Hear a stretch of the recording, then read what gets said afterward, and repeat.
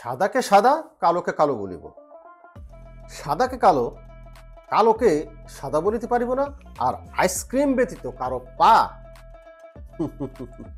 চাটিতে পারিব না। Hello viewers, it's me Roni bro, welcome to another new video. Bangladesh দল champions ট্রফির জন্য অলরেডি দুবাই অবস্থান করছে।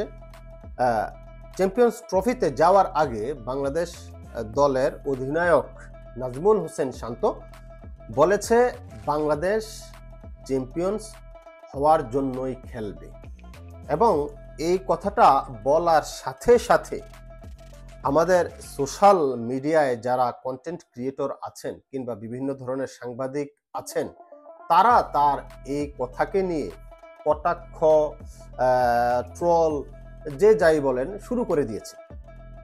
এখন একজন ক্যাপ্টেন যখন একটা ট্রফি খেলতে যায় কিংবা একটা সিরিজ খেলতে যায়, তখন দেশ ছাড়ার সময় আপনি তার কাছ থেকে কোন ধরনের কথা আশা করেন?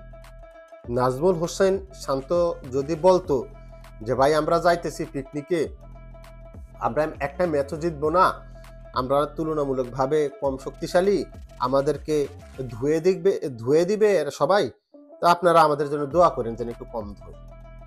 আপনি কি নাজমুল হোসেন শান্তর কাছ থেকে এই কথাটা আশা করেছিলেন? নাকি নাজমুল হোসেন শান্ত বলতো যে আমরা সম্মানজনক একটা স্কোর করব?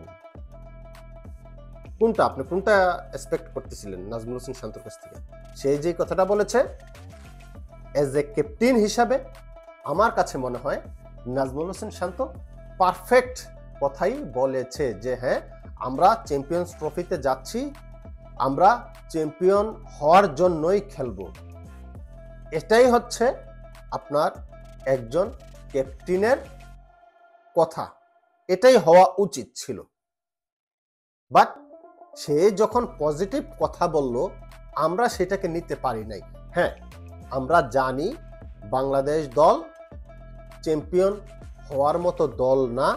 বাংলাদেশ দলে গ্রুপে যে আরো 3টা দল আছে, ইন্ডিয়া, নিউজিল্যান্ড, পাকিস্তান, আমরা এই গ্রুপের সবচাইতে তলানির দল, কিংবা শক্তিমত্তার বিচারে টিম ইন্ডিয়া সবার আগে থাকবে, নিউজিল্যান্ড সেকেন্ডে থাকবে, পাকিস্তান হয়তো থার্ডে থাকবে। এভাবে যদি আমি সিরিয়াল করি, তিনো দেশই আমাদের চাইতে ভালো দল।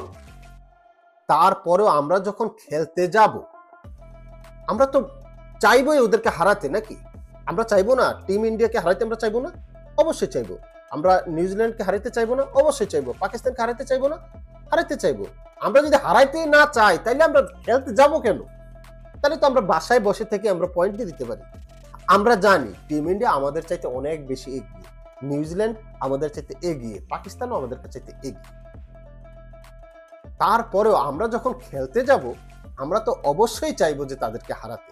এখন সেই কথাটাই নাজমুল হোসেন শান্ত বলেছেন যে আমরা চ্যাম্পিয়ন হওয়ার উদ্দেশ্যেই খেলবো। নর্মাল এজ এ ক্যাপ্টেন হিসেবে সে আশা শোনাতেই পারে, আশার বাণী শোনাতেই পারে, সে পজিটিভ কথা বলবে, এটাই স্বাভাবিক। একজন মানুষ পজিটিভ কথা বলবে, পজিটিভ চিন্তা ভাবনা করবে, এটাই স্বাভাবিক। বাট আপনারা যারা তাদেরকে নিয়ে ট্রোল করছেন, তারা অস্বাভাবিক, তারা অ্যাবনর্মাল। আপনি নাজমুল হোসেন শান্ত যদি অন্য কিছু ডিফারেন্ট বলতো, তখন আপনি ট্রোল করতেন না? সিরিয়াসলি দুষ্ট বসে আছে ট্রোল করার জন্য, মাথায় কিছু গিলো নাই তো, ট্রোল করার জন্য বসে আছে। দুষ্ট, খারাপ, নেগেটিভিটি ছড়ানো ভালো লাগে। যে কেন বললো? নাজমুল হোসেন শান্ত যদি বলতো আমাদের জন্য দোয়া করেন, তখন সাথে সাথে একেবারে আঙ্গুল, মানে লেখা কি বলে, মোবাইলের কিবোর্ডে একেবারে আঙ্গুল লাগিয়ে রয়েছে যে লেখার জন্য। দেখো, ক্যাপ্টেনে বলে যে দোয়া করতো আমরা খেলতে পারবো না, আমরা জিততে পারবো না, তাহলে আমরা সাপোর্টার হয়ে কি আর আশা করতে পারি? এটা লেখার জন্য বসেছিলেন। জানি আমি, দুষ্টু তো তুমি। এনিওয়ে, তবে সেইখানে একজন ব্যতিক্রমী, লিটন কুমার দাস। অনেকে ভাবতে পারেন লিটন কুমার দাস এখানে কোত্থেকে আসলো। লিটন কুমার দাস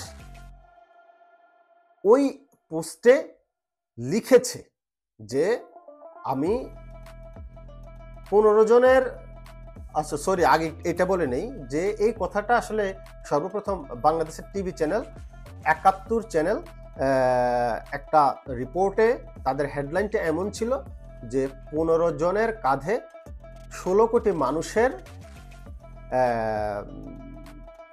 সমর্থন কিংবা 16 কোটি মানুষের আশা, 16 কোটি মানুষের আশা 15 জন ক্রিকেটারের কাঁধে। এখন এটা দেওয়ার পরে অনেক পাবলিক লেখা শুরু করেছেন, ভাই 15 কোটি না, 15 কোটির থেকে একজন কম, একজনকে বাদ দিয়ে দেন, আমার স্বপ্ন নাই যে বাংলাদেশ চ্যাম্পিয়ন হবে, এটা আমার স্বপ্ন না, আমাকে বাদ দিয়ে ওই 15 কোটি 99 লক্ষ 99 কত কত কত একজন কমে। তার মানে কি? তার মানে হচ্ছে বাংলাদেশের কিছু মানুষ স্বপ্ন দেখতেই চায় না, স্বপ্ন বুনতেই চায় না, পজিটিভ থিঙ্ক আনতেই চায় না, তাদের থিঙ্কিংই থাকবে আপনার নেগেটিভ, যে আমরা হেরে যাব।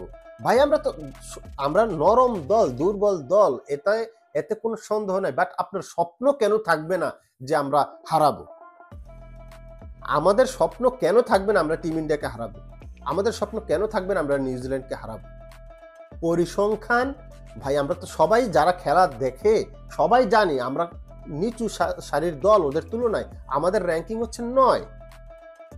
ওয়ার্ল্ড ওডিআই ফরম্যাটে আমাদের র্যাঙ্কিং 9 নাম্বার দল, আমরা জানি সবাই। কিন্তু 9 নাম্বার দল বলে কি আমরা চিন্তা করবো না হারানোর জন্য? ফাইট করবে না? আপনি স্বপ্ন দেখেন না? যে মানুষ স্বপ্ন দেখে না সে মানুষ বেঁচে থাকারই অধিকার আছে বলে আমার মনে হয় না। একজন দিন মজুর পর্যন্ত স্বপ্ন দেখে, একজন কাঠুরিয়া পর্যন্ত স্বপ্ন দেখে আজকে আমি একটা গাছ কাটছি, আগামীকালকে যেন আমি 2টা গাছ কাটতে পারি। একজন কৃষক স্বপ্ন দেখে আজকে আমার 100 মণ ধান হয়েছে, আগামী বছর যেন আমি 100 মণ থেকে 120 মণ করতে পারি। স্বপ্ন দেখে সে একজন স্বপ্নচারী মানুষ, তার গন্তব্যে পৌঁছাতে না পারলেও সে কাছাকাছি যেতে পারে।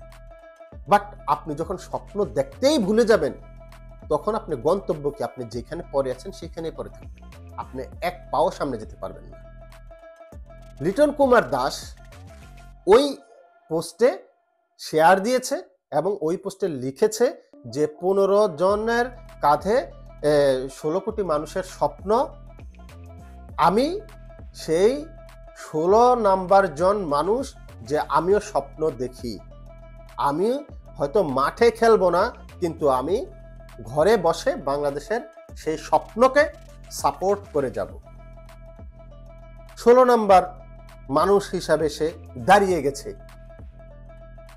এবং 71 টিভি পরে আবার পোস্ট করেছে যে লিটন কুমার দাস 16 নাম্বার জন হিসেবে যদি দাঁড়িয়ে যায়, তাহলে আমরা 17 নাম্বার জন হিসেবে দাঁড়িয়ে গেলাম এই স্বপ্ন দেখার সিরিয়ালে। তো আমি বলতে চাই, এই রনি ব্রো এই 18 নাম্বার জন হিসাবে এই সিরিয়ালে দাঁড়িয়ে গেলাম। স্বপ্ন আমিও দেখি, কারণ স্বপ্ন মানুষকে দিন শেষে বাঁচায়, স্বপ্ন মানুষকে তার লক্ষ্যে পৌঁছে দেয়। যে মানুষ স্বপ্ন দেখতে জানে না, সে কখনো লক্ষ্যে পৌঁছাতে পারে না। নিজের দেশকে নিয়ে ট্রল নয়, সমালোচনা নয়, আলোচনা করুন, যৌক্তিক আলোচনা করুন। আমার মতো পরিসংখ্যান নিয়ে মনে হয় আলোচনা আমি দেখি না, আর কাউকে দেখি না। যারা আর কেউ করে সেটা ট্রল করে, সেটা সমালোচনা করে, বাট আমি সমালোচনা করি না, সমালোচনা পছন্দ করি না, নেগেটিভিটি ছড়াই না, আমি আলোচনা করি। রিয়েলিটি যেটা, সেটা নিয়ে ডিসকাশন করি। আমি পরিসংখ্যান জানাই যে আমরা 2 বছর, লাস্ট 2 বছরে আমরা 44টা ম্যাচ খেলেছি, 16টা ম্যাচ আমরা জিতেছি।